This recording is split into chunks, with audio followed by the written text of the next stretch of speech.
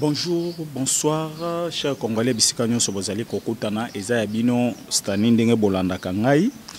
Naebisaka bino tout le temps, ce qui problème ezali na kati ya mai faut kotuna ngando kotuna mbisi po bangonde bavanda na kati ya mai. Biso awa toye lisusu na tongwa lelo kolakisa bino ou bien ko faire comprendre bino o ezali koleka na kati ya République démocratique du Congo.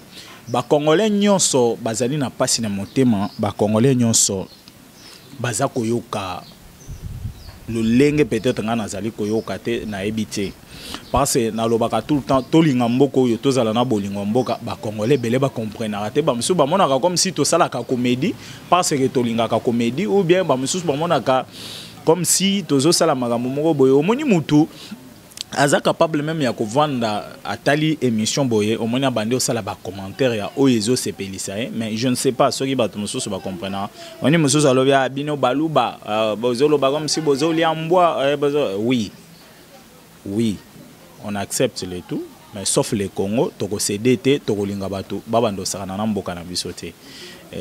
Ce Congo ici on a commencé à le défendre depuis longtemps, on a commencé à faire tout ce qui est nécessaire pour le Congo soit le Congo depuis longtemps, mais c'est comme si comprendre, mais il y a des gens maintenant qui commencent à comprendre ce qu'on est en train de faire, ce qu'on dit, ce qu'on pense pour ces pays.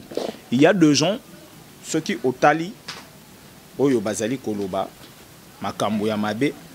Moi depuis longtemps, depuis l'opposition, je disais aux gens, politique à Katumbi vraiment en a et les gens voyaient comme si nazali ko sala ba commentaire ya ba makambo moko boye.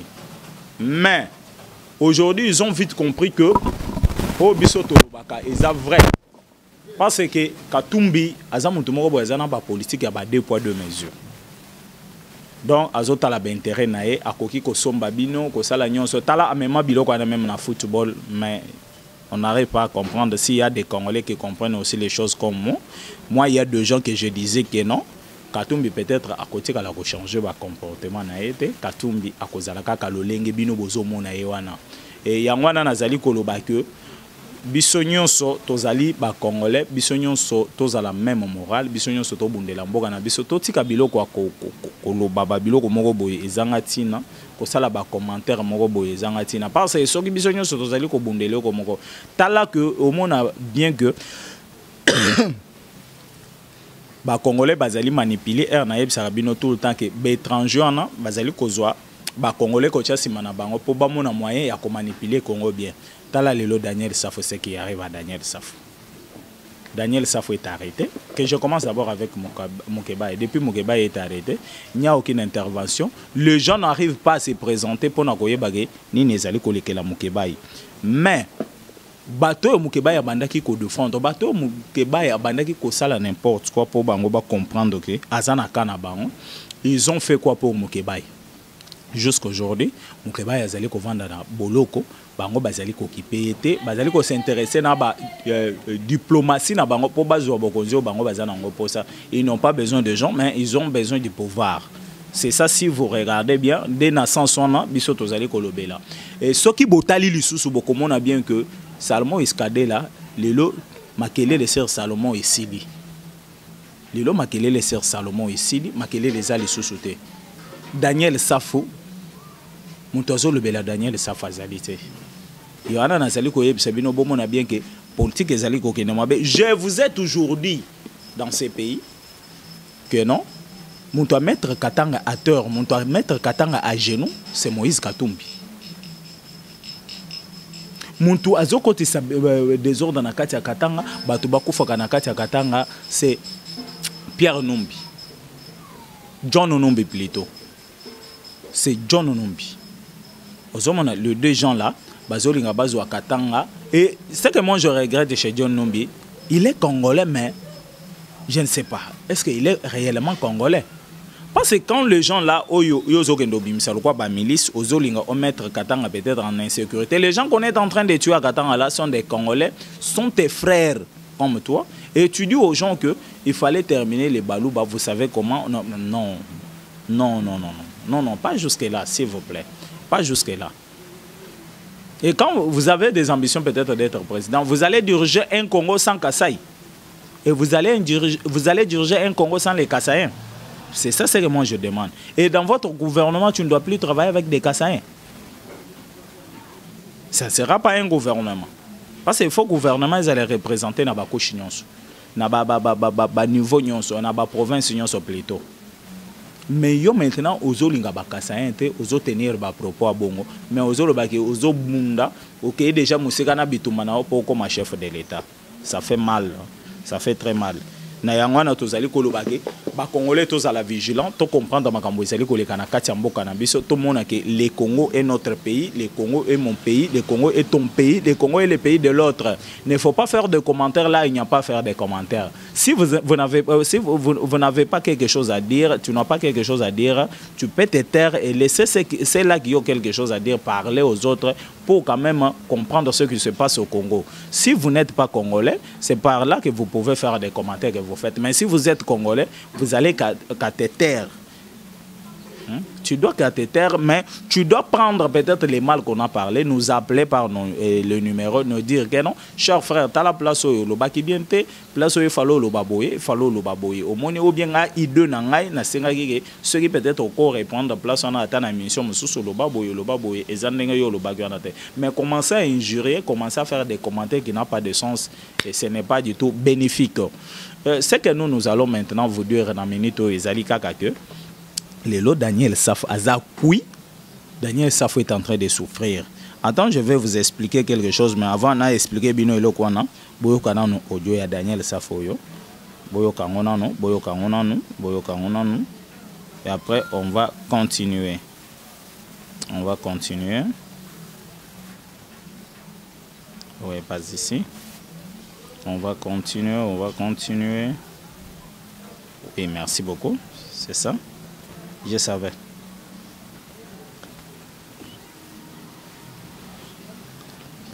Daniel Safo réclame son argent à Katumbi.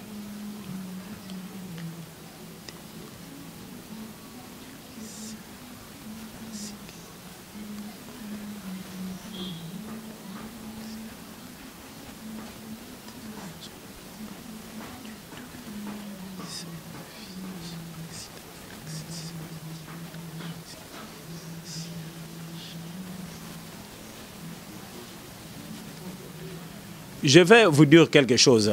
Au moment où on a écrit au Nazali Kotanga silencieusement, qu'est-ce qu'on est en train de parler? Daniel Safo réclame son $10 000 à M. Soriano Katumbi. Azo regretté ingratitude nae envers Félix Antoine Tshisekedi. Mes chers frères, tout ce qu'on blague na mangamoussous. Moi je vous dis, tout ça sont des blagues.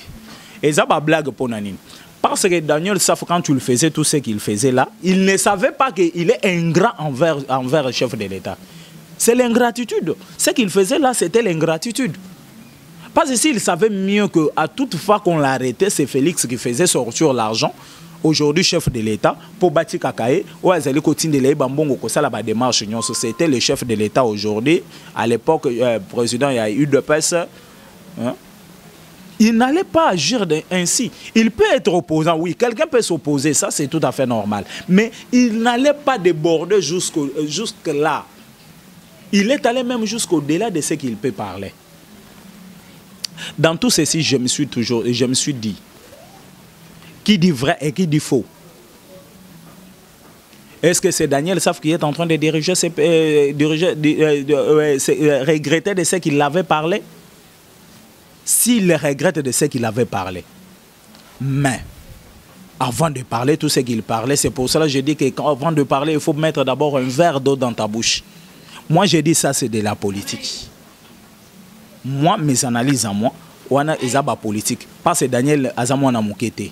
Daniel Safo Azamouana Moukete. Ce qu'on a dit audio na bien. Au comment que Daniel Safo Azamouana Moukete ayebaki makambo bandaki ko sala. Mais tant qu'il y a moni makambo nezali ko simbate, do moni azali ko l'élaborer de façon que on peut les pardonner, on peut abandonner zela au justice et ses yeux déjà pour naïe. Suivez l'audio là et si peut-être je parle contraire, je parle mal, vous allez me dire que non, mais c'est cette année je parle mal. Hein? Mais cette année parle mal. Suivez.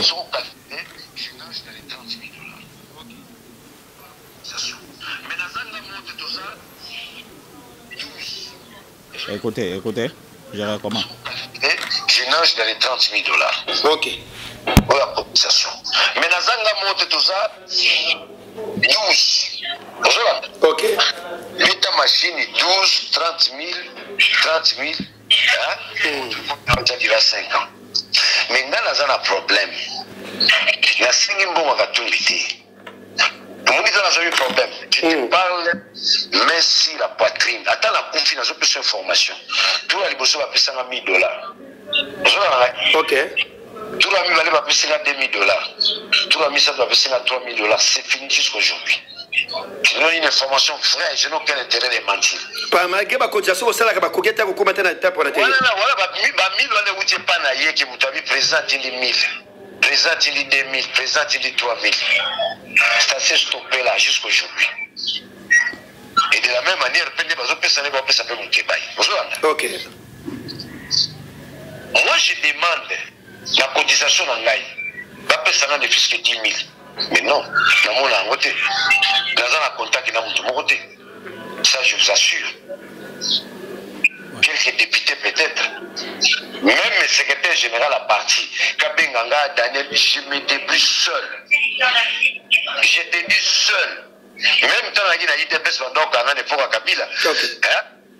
Attends, Félix, on a critiqué, m'envoyer quelque chose. Ok. Pour vivre, Félix là, le président actuel, on a critiqué, il m'a envoyé quelque chose. Mais, dans ce pays, alors, honorable. Boyoki bien que ndeko Daniel Safo azali ko sala makambo mususu comme si muntu azali ko comprendre le ko azali ko sala de. C'est pour cela moi je vous ai toujours dit on n'a pas des opposants au Congo. On n'a pas des opposants au Congo. On n'a que des gens qui cherchent leurs intérêts, on n'a que des coopérants. Ce ne sont pas des opposants parce qu'à son niveau quand il s'opposait, il peut s'opposer oui. On ne refuse pas que quelqu'un s'oppose.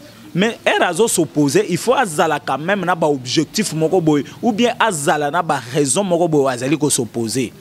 Mais ceux qui azali ko s'opposer kaka bongo parce que ba s'opposer moi aussi je deviens opposant. Aujourd'hui, tu viens regretter que non, quand on m'a arrêté Félix m'aider, quand on m'a arrêté Félix m'envoyait l'argent, quand on m'a arrêté Félix faisait ceci. Non, moi je dis ça sont des distractions.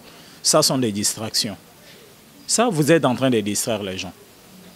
Excusez-moi de vous dire que vous êtes en train de distraire les gens. Et si vous communez à niveau à distraire, tout à niveau et que vous avez la propreté. Et bateau balanda bino na sima, bo memaka bato na ebité batongo, ceux qui basala rapé banalise avant balanda bino sima. OK na bato na mo pepe OK otira bango kuna na zelu. Après toi tu rentres. Et tout ce qu'il est en train de parler là, à comment Azonga peut-être Simaya, son Excellence Félix Antoine Tshisekedi Tshilombo. C'est ce qu'il est en train de chercher. Comme il y a des élections qui arrivent, n'a changé quand. Mais tu peux changer les camps. Mais tout ce que tu as parlé, tout ce que tu parlais là, est-ce que les Congolais peuvent oublier ça facilement? Et peut-être si les autres oublient, mais nous autres on n'oublie pas. Nous autres on n'oublie pas. Pardonner quelqu'un, ce n'est pas oublier ce qu'il a fait pour toi. Si quelqu'un a commis de péchés pour toi, si quelqu'un a commis des habits pour toi, donc cela veut dire que quand tu le pardonnes, tu oublies les tout. Non. Tu peux oublier, mais une fois encore commettre une erreur quelconque, tu vas te rappeler de tout ce qu'il avait fait. Tu vas te rappeler de tout ce qu'il avait fait. Oko se rappeler na makamuna nyonso ya mabe wa salaki yo. Et c'est ça. Aujourd'hui, ça faut être en train de parler comme ça. Pour lobby, babenda épée, à comment les sous fait non, ça on dit non. Ça on dit non vraiment. Ça on dit non. On dit non. Il y a des gens qui ont quitté de ce camp-là. Il y a union sacrée. Il y a eu de peste. Peut-être pour leurs intérêts, pour les intérêts, ils ont concerné bateau babundela qui pouvoir en athée. Il y a des gens aujourd'hui, on a même eu de peste dans Nini Boye, bateau en Zalana. Mais Azap Pemene, chef de l'État, il appelle le combattant de l'huile de peste bateau en Zala. Amoni peut-être émission d'engen azo sala boyabi a o bato anzala bazo lukaka fufuti. Oh oui, bien sûr, toza bato anzala, to bundela ki bino po bino boko ma bato ambongo, c'est tout à fait normal. Merci. Merci. Toza bato anzala. mais bato nzala na bomona rasiko biso na ba porte na bino ko ya kosenga bino te ceux qui ba mususu ba ka kosenga vraiment vaut mieux peut-être ba abonner na ngane tozo solo na bango boye bato baza peut-être ya biso ndenge ba benga kanga boye peut-être nazana nzala na lelela bango mais na ko ya olelela hote yo na ko lelela hote vaut mieux na lelela muntu a ebi valeur ya combattant na lelela muntu a ebi valeur ya lito combattant salaki telele ka ya ba Eliezer Ntambo hein nakoki kotelema boye pa na ye na leli na bino mon vieux honorable tala boye boye il va le faire passer à yebi que non ba petio bato babundela ki pouvoir oyo ba petio ba tiaki ba vie na bango en danger mais aujourd'hui vous êtes là et le chef de l'État a accepté que vous êtes congolais. On ne peut pas rejeter tout le monde. On peut récupérer les autres qui ont quand même une bonne... Mais on trouve que vous continuez toujours à être tel que vous étiez là. Mais vous vous cachez maintenant derrière peut-être l'amour des chefs de l'État. Vous vous cachez peut-être l'amour derrière... Il y a beaucoup de choses que vous vous cachez derrière là. Et quand tu as un combattant qui te parle de mal comme ça, qui te dit de ce que tu as fait... Et dans ça, maintenant, tu vas te retourner plus vite pour dire aux autres que non, tu as la bateau en Zalawana. Oui, tu as bateau en Zala. Vous dites vrai. Et vous avez raison, tu as bateau en Zala. Mais un jour, vous allez comprendre que bateau en Zala n'a pas zabanay. Vous allez comprendre que bateau en Zala n'a pas zabanay. Il y a peu de autorités qui songent quand même aux combattants. Station et tu vas quand même il les répond à la station na. C'est pour cela que je flatter tel est le cas de mon grand frère Eliezer Ntambo. C'est un vieux oeil biso makasi. Soko bimele boye va tala aux autres trouver solution. Et mon tabongo lobi a commis autorité ba PC poste moko boya responsabilité ba biso bato tokolelata to souffrir les sous-soutens. Aux hommes, on a même dans l'Est de la République, on a un jeune comme Patrick Saloum. Au moment que mon toisan a un souci à peuple, mon toisan a un la à peuple.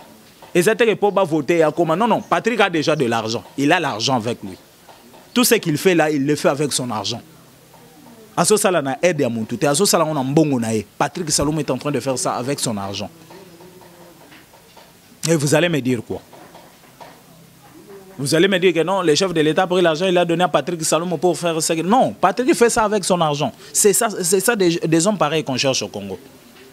Et l'obissoga a poste la responsabilité, on a aider les Congolais belé, a kolinga ba Congolais belé na chômage. Il y a des autres basu ba poste ba moniango eza chance zamba pesier, c'est tout à fait normal. Mais mon peut-être à pesio pona yo pe o aider pe ba tout mususu ba to na pe ba bando aider ba mususu pe ba aider ba mususu, c'est ça. C'est comme ça. Parce qu'aujourd'hui, on nommé au ministre. Ochenga par exemple, par segment. Ochenga chargé de mission. Ochenga conseiller. Ochenga na poste mokoboy. Oizo senga nazala. Et Ochenga si on a poste. J'ai la famille. J'ai une femme. J'ai 2 enfants. Donc, Kozambon ya kofuta loyer. Na Kozambon ya kole sabana. Na Kozambon ya kofuta la main en classe. Na Kozambon peut-être ya kofuta la maman en andaku. Na Kozambon ya kopesa papa nanga, kopesa bandeko nanga. Et quand je donne à mes frères là ont des enfants. Ils ont aussi des femmes, ils ont aussi des maisons. Quand je leur donne, tu vois que derrière moi, aide peut-être mon toit pesinga, aide le kosunga ou mon toit sunginga, n'a peut-être na aidé pe bato belé. Et quand je donne peut-être à un frère, à un ami, quand je donne à un petit frère demain ou le lendemain, na pesi mbongo asali atamo a commis na fond moko boy. A aider pe camarade na ye. Camarade na na peut-être na moi sina ban. Tu vois? Et c'est ça. Et c'était que au cause de la famille, na biso mobimbo koti sa na cabinet na ou bien au pesa musala non plus. Non plus. Tu es dembo canabiso. Tu es dembo canabiso, tu es des chefs de l'État. Parce que les Congolais ne sont pas cause biso, ne sont pas cause biso na misalata. Na pesca exemple na peso yanga moko wana.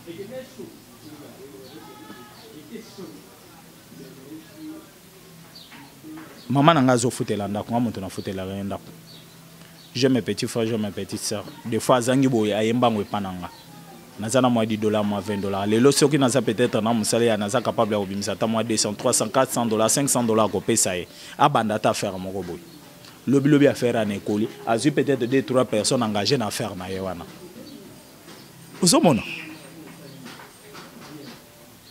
Mais vous nous laissez comme ça. Des fois, on doit reformer. Des fois, on n'a pas même l'argent des loyers pour payer les loyers. Mais on les manque. C'est comme si on était toujours dans l'opposition. Mais chef de l'État, c'est le coupé Sabino va poste na bolingo nyonso. Et c'est ça. Boué des peuples congolais. Boué des chefs de l'État na ba poste à Pesibino, na misala à Pesibino. Boué des Mokozamboka. Et ça, je vais vous dire que ceux qui boué des Mokozamboka et cause à la passe. Na mandat ezo ya cause à la passe. Ba musu se cause à ba pesi ba poste boye. Au moins peuple to télémi, to sali soulèvement to biyete. Pas na mandat yo to le ka aider peuple té. À aider bisoté, à aider les combattants. Parce que quand on parle de combattants, cela ne veut pas dire qu'il de personne non plus. Le combattant, c'est tout celui qui s'est battu pour Congo et ils ont un changement. Parce que ce que le gars qui est bon, donc il faut qu'on mobile alors. Non, il faut aider les gens. Il faut aider les autres. Mais Nabatozo aidé ne manque pas qu'il manque pas quelques membres de l'UDPS. Parce que Herbazo mon membre de l'UDPS on a pembé ninayo, les combattants quand même ça pèse. Bazo ça pèse quand même babi non. Bande ko na biso basakuna. Omoni n'était pas Nicolas Kazadi. Ozomona ba maître Mbwa Bazana, ozomona ba Moïse nani Lukengo Bazana, ozomona ke ba oya biso Bazana. Bazamo ebele. Ok, par Peter Kazadi, le ministre de l'EVPM de l'Intérieur. Même chose. Vous avez trouvé que les combattants c'est ça, c'est qu'on veut. Au moins, les longs de Konabis, Peter Kazadi de JR. Moko ba combattant na biso akufa ayebo ya bimisa tellement quelque chose bazongi si bana na classe basombeli bango basal. C'est ça, c'est qu'on fait. Ouais, tu vois qu'il est en train d'aider les autres. C'est ça. Mais les autres là alors depuis bazu ba poste ba 2G banani ba muso ba komo bata mana ba bureau. Quand vous arrivez comme ça au bureau ba combattant ba yoki ke ba combattant au moins le bibolo ba azati. Eh mes chers amis, coup de chapeau manda muso zoya ba combattant de to bando telemela bino to côté le bino avec toute énergie vraiment to cocher la bino ba batterie nyon son marche. Même la campagne to bando yebisa ngo chef de l'État. Yebisa omoni kingani wana azongate, kingani kuna azongate, kingani boy azongate. On va commencer à le faire. Bobangate. Toko salango. Bino boy bozali kolanda, boye ba tozo salango. Omoni lelo Daniel Safunde ngazali kolela, azolela ye mokazolela nana. Tozo yebisa bino ba Congolais. Obozo kendo salier liko sima ya batu mabe batu bazolo kande ba intérêt na bango bazana posa na binote bazolo kande ba bolingo na bango bazana posa na binote bato na bazali koluka makambo na bango bayebi bino kutute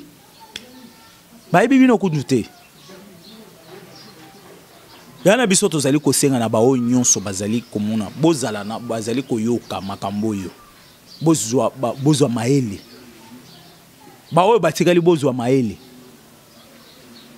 Momoni ça s'est fait avec bande konabiso ya nani SID. Le président qui dit que non na ko postuler te ba candidat na nga SID ko postuler te ba niveau nyonso. Les députés, il y a des députés qui ont accepté non. Notre leader a dit ce qu'il a dit. Mais arrivé aujourd'hui, tu vois le leader là, après ça qui va condition. Il faut revoir le fichier électoral. Il faut passer la boue. Je me demande aujourd'hui, il se décide encore à postuler. Besoin na yazaki nangwana. Ba condition na ya pesa ki wana. Est-ce que ça a déjà résolu? Il faut ba Congolais to comme maele. Ba Congolais to comme maele. Tous à la manipuler. To comme maele. Au moins comment je vous dis que au Congo on n'a pas l'opposition. On n'a pas l'opposition. On n'a pas l'opposition au Congo. Parlons vraiment en vérité comme ça. Est-ce que tu trouves que des gens comme ça sont des opposants? Tu sais, tu vois que Moutelo kwa luka keye banagate. Azali ko luka nini? aza akei liboso azongi sima akei na gauche azongi droite eloko ya lukaka yebanaka te. Je me suis toujours demandé ndeko na biso yo Martin Fayulu alukaka nini. C'est pour cela na yebisa bino ezana bato mosusu ba se retrouver likolo ana ayebite que comment akomaki place wana akomi peut-être bakomi olobela kombo na ye azomona ngolukwa ndoto azaki sans projet sans idée, sans ambition. Donc, mon isco muto et comment troubler, à combien akende liboso, azonga sima, akende gauche, akende droite. Donc, sentiment n'a que lié par ça à se retrouver, qu'à combien élevé, on a comme un chef de l'État. Deko, bato aboto zimbo, bato pesi bango, dans 5 ans, avant s'il y a 5 ans, mboko yoko koma mitraille. Mitraille. Pas ça sans projet. Sans ambition. Mais Azaka a envie. Il a envie toujours d'être chef de l'État. Hein? Au moins, par exemple, on appelle ça exemple, il faut que poto, il faut que poto, Azaka na mutuna chaque jour na kokende poto, chaque jour na kokende poto, mais sans projet. Sans projet. Projet zaté. Mais envie à kaka kokende poto. Mais ça mon mususu azo envie peut-être kokende poto. Ayebina no passeport baté kaka combien? Visa ya mboka na lingina kende te kama combien? Pour ba démarche à ozo biloko nyonyo ça va te coûter combien? Billet te kama combien? Billet na tambo ete kama neni ni na tambo billet te kama neni ni aza déjà na biloko nyonso na komi. C'est ça un homme qui a un projet. Le jour qu'il va s'attraper de l'argent, il a la facilité de faire ses démarches plus vite pe akepe place à linga kende. Mais c'est lui qui chante toujours que na lingina kende. Si on prend l'argent on les donne comme ça, il va être surpris na ba mamamusu. Ah ici ça s'est fait comme ça. Et tu vas dépenser même plus que ce que tu allais dépenser. Et il risque même de ne pas voyager.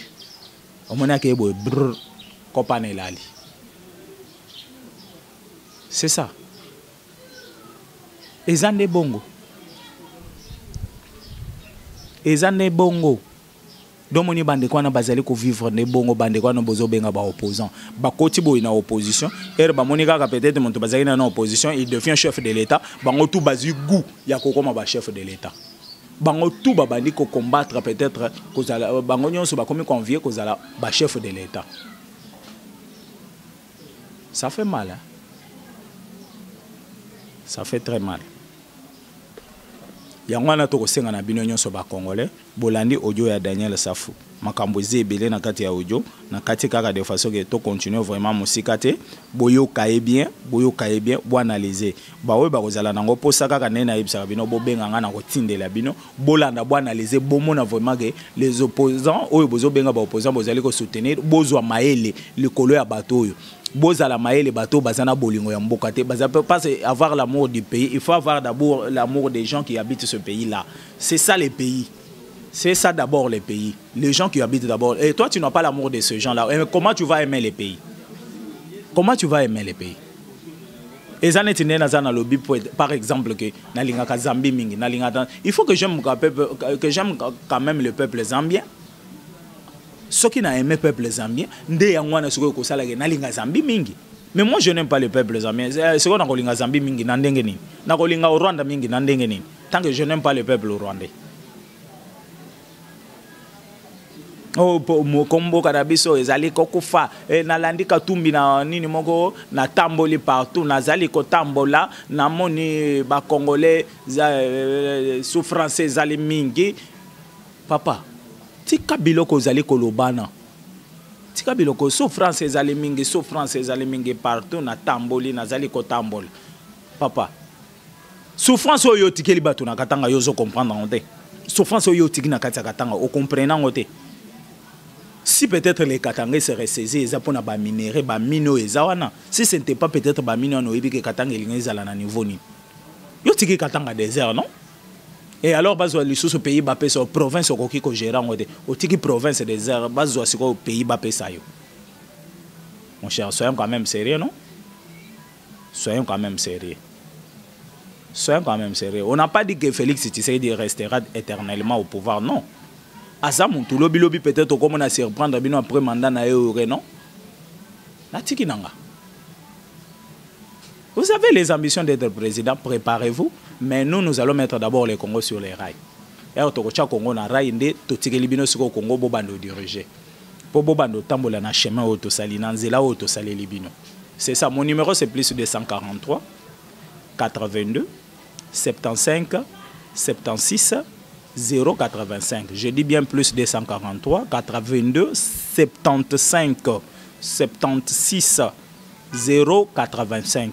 Et si vous appelez au Kozwa Stani Ngamoko en personne, c'est Stani Oyabino molobeli na bino oyabino ozana ba information benga na numéro na sur WhatsApp komela ngai ba information na tokoleka ka ndenge tozali koleka boye tokolobelango tozala na bolingo mboka na biso to linga mboka to c'est laisser distraire et pas ba étranger oyo bazali kwambrie mboka na biso te omoni muntu azali koyebisa bino ke partout nazali koleka nazali kokuta ba souffrance bato bazali kolela souffrance bato bazali kolela souffrance oyo yatikaki na katanga yebi yango te omoni ba jono numbili banda bazali komonter kaka ba plan.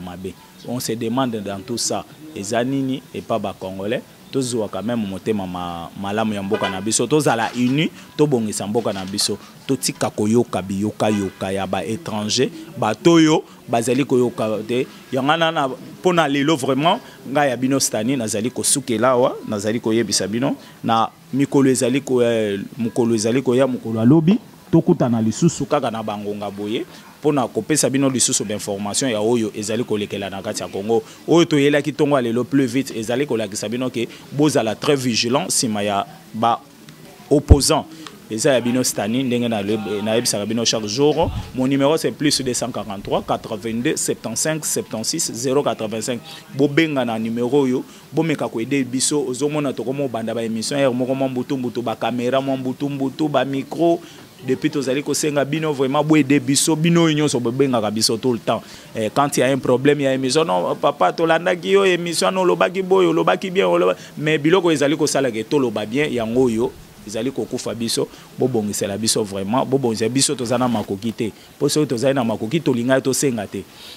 Soki tozali na makoki to lianto yebisa bino bobanda ko aider biso te bopesa biso même Nino ana soki mon numéro ana ezapena ba MP ça ba balingo tinda na ba MP ça ba tindi mais au signaler quand même que na tindi pour to somba ta micro to somba quelque chose pour na ko bongisa ndenge to pesi bino numéro pour na lelo ya bino Stanislas na soki awa ciao.